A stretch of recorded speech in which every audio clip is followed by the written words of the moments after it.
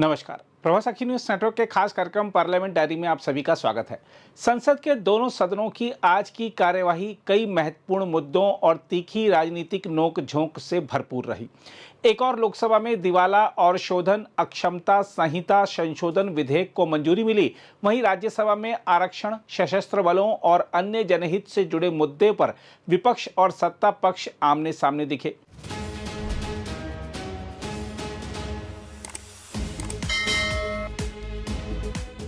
लोकसभा में वित्त मंत्री निर्मला सीतारमण ने दिवाला और शोधन अक्षमता संहिता के प्रभाव पर जोर देते हुए कहा कि इस कानून ने देश की बैंकिंग व्यवस्था को मजबूत बनाया है। उन्होंने बताया कि वाणिज्यिक बैंकों के गैर निष्पादित परिसंपत्तियों की वसूली में इस संहिता का योगदान 54% से अधिक रहा है। सदन ने इस विधेयक को ध्वनिमत से पारित कर दिया। इसी दौरान वित्त मंत्री ने विपक्ष पर तीखा हमला बोलते हुए कहा कि देश की अर्थव्यवस्था मजबूत है और प्रधानमंत्री की वैश्विक साख सबसे ऊंची है। उन्होंने आरोप लगाया कि विपक्ष देश को कमजोर दिखाने की कोशिश कर रहा है, जबकि आर्थिक संकेतक जैसे विकास दर, मुद्रास्फीति और घरेलू मांग मजबूत स्थिति में है। इसके अलावा लोकसभा में वामपंथी उग्रवाद पर भी जोरदार बहस हुई। सत्ता पक्ष के सांसदों ने पूर्व की सरकारों को इसके लिए जिम्मेदार ठहराया और दावा किया कि वर्तमान सरकार देश को उग्रवाद मुक्त बनाने के लिए प्रतिबद्ध है। जो पूरा क्षेत्र जाना जाता था,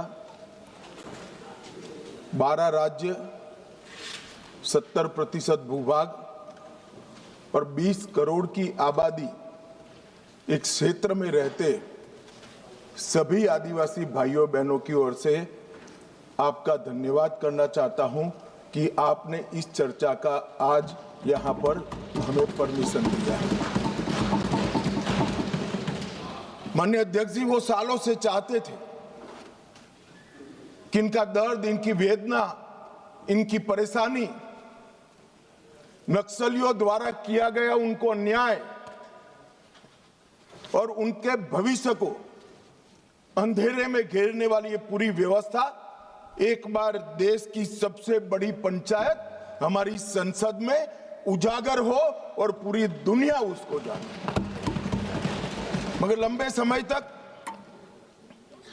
इसको मौका नहीं दिया गया और मुझे इस बात का भी बहुत खुशी है कि देश और हम सब के लिए बहुत महत्वपूर्ण एक घटनाक्रम जो 1970 से लेकर 2026 तक चला, उस घटनाक्रम के बारे में आज संसद में चर्चा हो रही है। भोले भाले आदिवासियों के सामने रखा था कि हम आपके अधिकार के लिए लड़ रहे हैं, हम आपको न्याय दिलाने के लिए लड़ रहे हैं, हम आप विकास से महरूम रह गए हो इसलिए लड़ रहे हैं। मान्यवर, आज बस्तर से नक्सलवाद लगभग समाप्त हो चुका है। बस्तर के अंदर हर गांव में एक स्कूल बनाने की मुहिम चली। बस्तर के अंदर हर गांव में राशन की दुकान खोलने की मुहिम चली। हर तहसील पंचायत में पीएचसी, सीएचसी बने, इनके आधार कार्ड बने, राशन कार्ड बने, 5 किलो अनाज मिल रहा है, गैस के चूल्हे वितरित होते जा रहे हैं। मैं इतना ही पूछना चाहता हूं, नक्सलवाद की जो लोग यहां पर वकीलात कर रहे थे उनको, कि ये 70 से अब तक क्यों नहीं मिला। पूरे देश को तो 2014 में नरेंद्र मोदी जी की सरकार आने के बाद देश के हर गरीब को घर मिला, गैस मिला, शुद्ध पीने का पानी मिला, 5 लाख तक का बीमा मिला, प्रति व्यक्ति प्रति माह 5 किलो अनाज मुफ्त मिला। ये बस्तर वाले क्यों छूट गए थे? मैं इसलिए कहना चाहता हूं मान्यवर कि सत्य को झुठलाया जा रहा है। ये बस्तर वाले इसलिए छूट गए थे कि वहां लाल आतंक का परछाया था, इसलिए वहां विकास नहीं पहुंचा था। लाल आतंक का परछाया विकास नहीं है इसलिए नहीं गया था। लाल आतंक का परछाई वहां पड़ा था, इसलिए विकास नहीं पहुंचा था। आज परछाई हट गई है और बस्तर विकसित हो रहा है। मान्यवर, बस्तर में विकास। ये जो वकील बन रहे हैं एक हथियारी मूवमेंट के, कहते हैं हम अन्याय के खिलाफ लड़ेंगे। संविधान को मानोगे या नहीं मानोगे? किसी को भी अन्याय होता है, इसका उपाय हमारे संविधान के अंदर निहित है। अदालतें बनी हैं, विधानसभाएं बनी हैं, जिला पंचायतें बनी हैं, तहसील पंचायतें बनी हैं। ये पूरी व्यवस्था को नकार कर हाथ में हथियार उठा लोगे? ऐसा कैसे चलेगा? और जस्टिफाई जो करे उनको मैं कहना चाहता हूं, वो समय चला गया। ये नरेंद्र मोदी की सरकार है, जो हथियार उठाएगा उसको हिसाब चुकाएगा। इस तरह से नहीं चलेगा। सरकार संवेदनशील है, सभी समस्याओं को सुनना चाहती है, निराकरण भी चाहती है। यही संसद ने ढेर सारी योजनाएं बनाई है, मगर इसका इंप्लीमेंटेशन भी आप नहीं करने दोगे, क्योंकि आपकी आइडियोलॉजी और आपका अवैध शासन वहां पर चलता रहे। वहीं विपक्ष ने आरोप लगाया कि सरकार इस मुद्दे की आड़ में खनन हितों को बढ़ावा दे रही है और जमीनी समस्याओं को नजरअंदाज कर रही है। राज्यसभा में भी दिन भर हंगामा और विरोध देखने को मिला। ओबीसी आरक्षण के मुद्दे पर बीजेपी सदस्य के बयान के विरोध में विपक्ष ने सदन से बहिर्गमन किया। सत्ता पक्ष ने इस कदम को लोकतांत्रिक मूल्यों के खिलाफ बताया और विपक्ष पर बहस से बचने का आरोप लगाया। हम आपको बता दें कि राज्यसभा में बीजेपी सांसद के लक्ष्मण ने कुछ राज्यों द्वारा मुस्लिमों को अन्य पिछड़ा वर्ग यानी ओबीसी श्रेणी में शामिल कर आरक्षण के कथित दुरुपयोग का मुद्दा उठाया और सरकार से इस पर व्यापक समीक्षा कराने की मांग की। उनके बयान के विरोध में विपक्षी दलों ने सदन से बहिर्गमन किया। इस पर सदन के नेता और केंद्रीय स्वास्थ्य मंत्री जेपी नड्डा ने विपक्ष पर हमला करते हुए कहा कि कांग्रेस और इंडिया गठबंधन के अन्य दल लोकतंत्र और संसदीय परंपराओं का सम्मान नहीं करते और केवल मुस्लिम वोट बैंक को मजबूत करने के लिए तुष्टीकरण की राजनीति कर रहे हैं।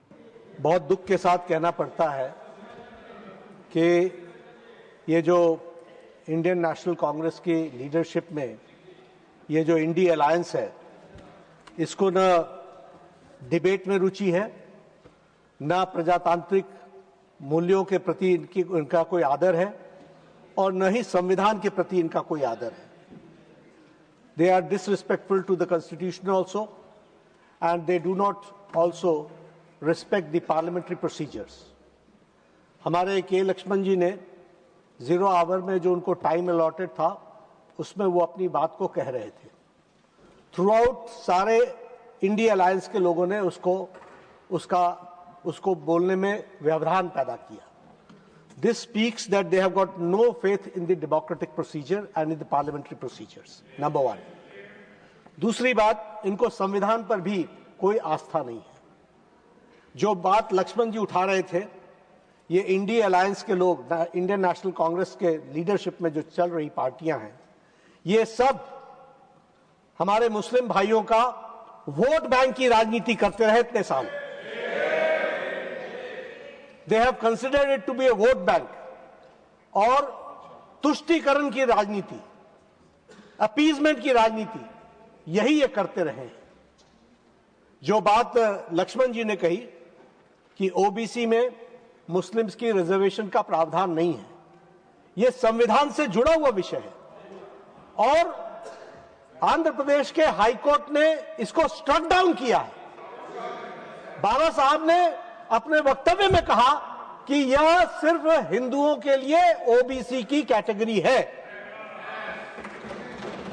लेकिन ये लोग राजनीति के आधार पर, जहां देश में भी वातावरण को खराब करने की कोशिश करते हैं, वहीं समाज में वोट बैंक की राजनीति के माध्यम से खंडित करने का भी प्रयास करते हैं। और ऑपोजिशन के लोगों को वाद विवाद की इच्छा नहीं है, हम तैयार हैं वाद विवाद के लिए। हमने कहा है कि यह सरकार मोदी जी के नेतृत्व में किसी भी विषय पर चर्चा करने के लिए तैयार है, यह बात हमको ध्यान में रखनी चाहिए। लेकिन इस तरीके से भाग जाना, इस तरीके से ऑपोजिशन करना, यह अशोभनीय है। मैं इसकी निंदा करता हूं और मैं चाहता हूं कि इनको सद्बुद्धि आए। और फिर मैं बोलना चाहता हूं कि अबोध बालक के जो कारनामे हैं उससे इंडियन नेशनल कांग्रेस को बंधक न बनाए, उससे निकले और नई सोच के साथ आगे बढ़े, इस बात को ध्यान में रखें। इसके अलावा केंद्रीय सशस्त्र पुलिस बल से संबंधित विधेयक पर चर्चा के दौरान विपक्ष ने इसे प्रवर समिति को भेजने की मांग की।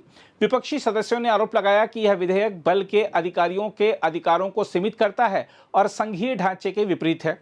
उन्होंने पदोन्नति में देरी, मानसिक दबाव और आत्महत्या जैसी समस्याओं को भी गंभीर बताया। इसके अलावा कई जनहित के मुद्दे भी उठाए गए। इसी बीच सरकार ने बताया कि वह असंगठित क्षेत्र के कामगारों को पेंशन योजना के दायरे में लाने पर विचार कर रही है। यह कदम करोड़ों श्रमिकों के सामाजिक सुरक्षा कवच को मजबूत कर सकता है। वहीं दवाओं की पैकिंग को लेकर भी चिंता जताई गई और मांग की गई कि जरूरत के अनुसार पैकिंग हो ताकि दवा की बर्बादी रोकी जा सके। संघ लोक सेवा आयोग की प्रारंभिक परीक्षा सभी 22 भारतीय भाषाओं में कराने की मांग भी जोर पकड़ती नजर आई। गैर हिंदी भाषी राज्यों के छात्रों के हितों को ध्यान में रखते हुए इस मुद्दे को महत्वपूर्ण बताया गया। नेत्रहीनों के लिए सुरक्षित और अनुकूल आधारभूत ढांचा तैयार करने की आवश्यकता पर भी जोर दिया गया। सदस्यों ने कहा कि आधुनिक विकास के बीच दिव्यांगजन की जरूरतों की अनदेखी नहीं होनी चाहिए। इसके साथ ही कृषि भूमि के तेजी से गैर कृषि उपयोग में बदलने पर गंभीर चिंता व्यक्त की गई। इसे खाद्य सुरक्षा और पर्यावरण दोनों के लिए खतरा बताया गया। वहीं बीजेपी सांसद संबित पात्रा ने लोकसभा में नेता प्रतिपक्ष राहुल गांधी के एक पुराने ट्वीट को लेकर उन पर तंज कसते हुए कहा कि आप सरेंडर हैं, हम धुरंधर हैं। वामपंथी उग्रवाद से देश को मुक्त कराने के प्रयास पर चर्चा में भाग लेते हुए संबित पात्रा ने 2018 में महाराष्ट्र के यलगार परिषद और भीमा कोरेगांव मामले का हवाला देते हुए नेता प्रतिपक्ष पर निशाना साधा।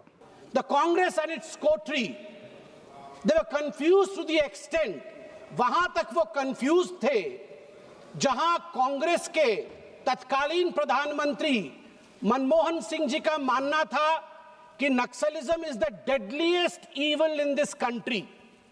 नक्सलिज्म से खराब इस देश में कुछ नहीं हो सकता है, घातक और कुछ नहीं हो सकता है। वहीं कांग्रेस का एक बहुत बड़ा दूसरा धड़ा था which romanticized नक्सलिज्म, जिनका रोमांस था नक्सलिज्म के साथ, which love नक्सलिज्म।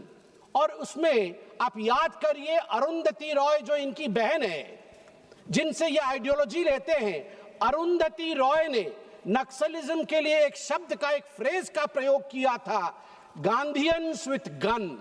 उन्होंने कहा था ये जो नक्सल्स हैं ये गांधी जी के समान है, बस फर्क इतना है कि इनके हाथ में बंदूक है। आप चिंता करके देखिए किस प्रकार की चिंताधारा कांग्रेस पार्टी और उनकी सहयोगियों की। अभी थोड़ी देर पहले मैं सुन रहा था और वास्तविकता है, यह विडंबना है कि इसी देश में, भारत देश में कुछ ऐसे क्षेत्र थे जिन्हें लिबरेटेड जोन कहा जाता था, जहां पर लोग भारत के संविधान को अपने जेब में रख के चलते थे। जेब में, आज भी कुछ लोग जेब में रख के चलते हैं। वहां भारत का संविधान नहीं चलता था, वहां भारत की पुलिस और सुरक्षा की कर्मियों के विषय नहीं चलते थे। वो लिबरेटेड जोन थे, जैसे कि दंडकारण्य, जैसे कि पार्श्वनाथ, जैसे कि बूढ़ा पर्वत। आप पूछिए छत्तीसगढ़ के लोगों से, वो आपको बताएंगे ये लिबरेटेड जोन कौन से थे।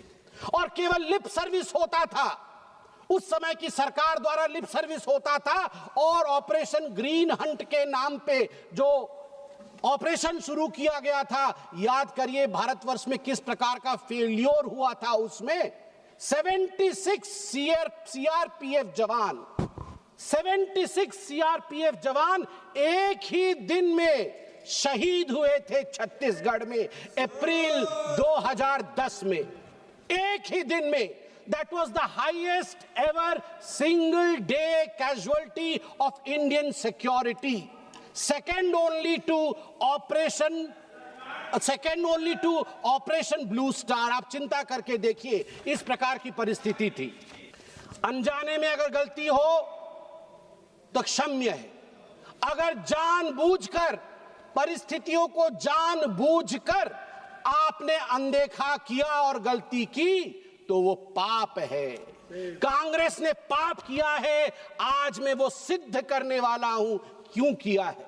यह जो डॉक्यूमेंट मैं लेके आया हूं सभापति महोदय, ये कोई साधारण डॉक्यूमेंट नहीं है. This is a counter affidavit submitted by the Congress party then, that is the UPA government then, in November 2013 to the Supreme Court of India in the case named Kishore Samrit versus Union of India and others. इसमें सुशील कुमार शिंदे जी जो तत्कालीन गृह मंत्री थे, उनके तरफ से यह एफिडेविट दिया गया है. मैं पढ़ता हूं कि कांग्रेस को मालूम सब कुछ था मगर किया कुछ नहीं. Para number 4, the second strategy of the CPIM is to mobilize certain targeted sections of the population, especially the urban population, through its mass organizations which are otherwise known as frontal organization. The mass organizations mostly operating under the garb of human rights NGOs are organically linked to CPIM party structure but maintain separate identities in an attempt to avoid legal liability. कुल मिलाकर इन्होंने कहा कि urban नक्सल हैं, मगर आज मैं अगर अर्बन नक्सल कह दूं तो आग लग जाती है. और मैं यहां सिद्ध करके दिखाऊंगा कि ये जानते थे अर्बन नक्सलिज्म क्या है, मगर फिर भी इन्होंने नक्सलिज्म का मेन स्ट्रीमिंग कैसे किया है. कुल मिलाकर संसद का आज का दिन आर्थिक सुधार, सामाजिक न्याय, सुरक्षा और राजनीतिक आरोप प्रत्यारोप के बीच संतुलन साधता नजर आया. दोनों सदनों में उठे मुद्दे यह संकेत देते हैं कि आने वाले समय में नीति निर्माण और राजनीतिक बहसें और अधिक तीखी होने वाली हैं. अगर आप भी लेना चाहते हैं देश दुनिया की तमाम जानकारी तो आज ही सब्सक्राइब करें हमारे चैनल को. साथ ही नीचे दिए बेल आइकन को जरूर दबाएं ताकि हर अपडेट आप तक पहुंच सके.